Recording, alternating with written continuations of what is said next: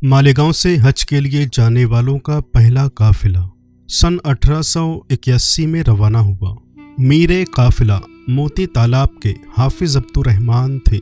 ये वही हाफिज अब्दुर्रहमान हैं जिनके वालिद अमर सिंह गैर मुस्लिम थे और यूपी में भदोरी नाम की एक राजपूत रियासत के वाली थे।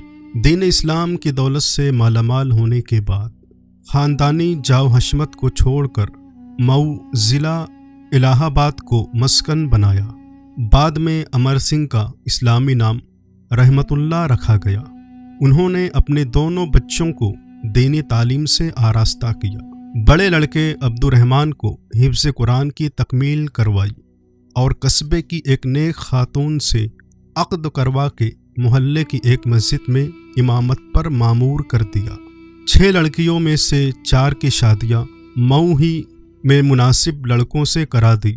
रहमतुल्लाह के इंतकाल के बाद इनकलाब 1857 के पुराशोभ दौर में यह ख़ानदान भी हिजरत पर मजबूर हो गया। चुनांचा हाफिज़ अब्दुर्रहमान तन्हा किसी काफ़िले के हमरा मालेगांव पहुँचे।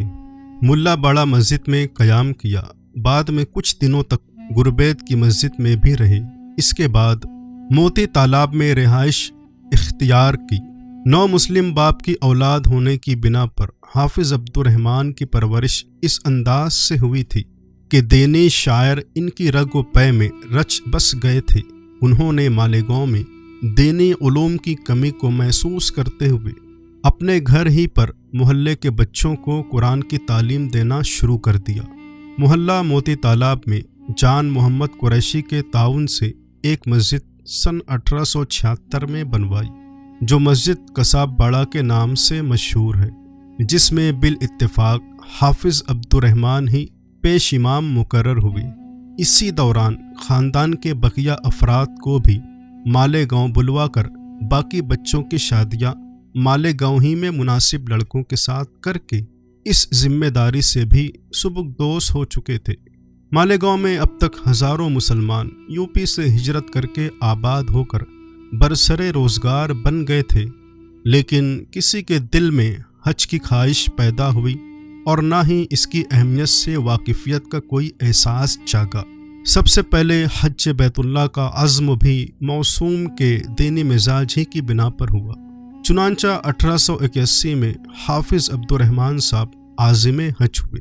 उनके हमरा बीवी, बहन और बहनोई मोहम्मद यूसुफ, हारून और सियर के परदादा, मोहल्ला के इलाही बख्श माँ बीवी, हाजी बाबू मुकीम के दादा दादी के अलावा 4 अफराद और थे। कुल 10 आदमियों का ये काफ़िला मुंबई से बजरिया बादबानी जहाज़ हज के लिए रवाना हुआ। आदन की बंदरगाह पर उतरकर खुश्की के रास्ते यमन होते हुए ये काफ़िला मक्का रवाना हुआ। दौरान सफ़र बहनोई मोहम्मद यूसुफ के लड़के की पैदाइश हुई। बच्चे का नाम मोहम्मद रखा गया। जच्चा व बच्चा की सेहतयाबी के पेश नज़र चंद दिनों के लिए सफ़र को मुलतवी करना पड़ा। रास्ते में कज़ाकों से मुठभेड़ भी हुई। बड़ी मुश्किलों के बाद हज के 3 दिन बाद मक्का पहुँचे। मजबूरन ये काफ़िला साल भर वहीं रुका रहा।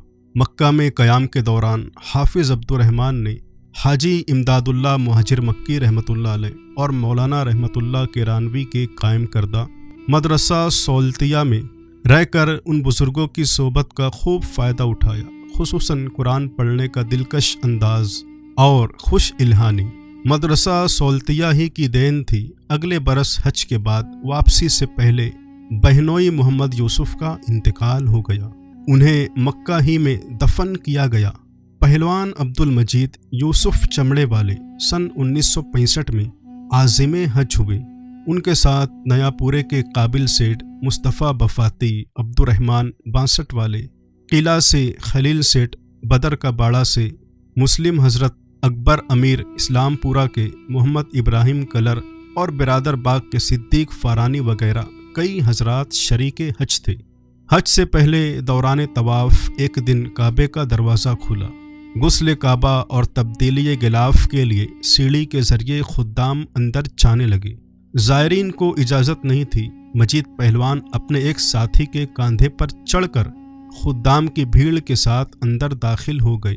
और इन्हीं लोगों के हमरा जीने के जरिए ऊपर पहुंच गए। पहलवान की कोशिश थी कि मैं भी कुछ खिदमत कर लूं, लेकिन किसी ने हाथ नहीं लगाने दिया।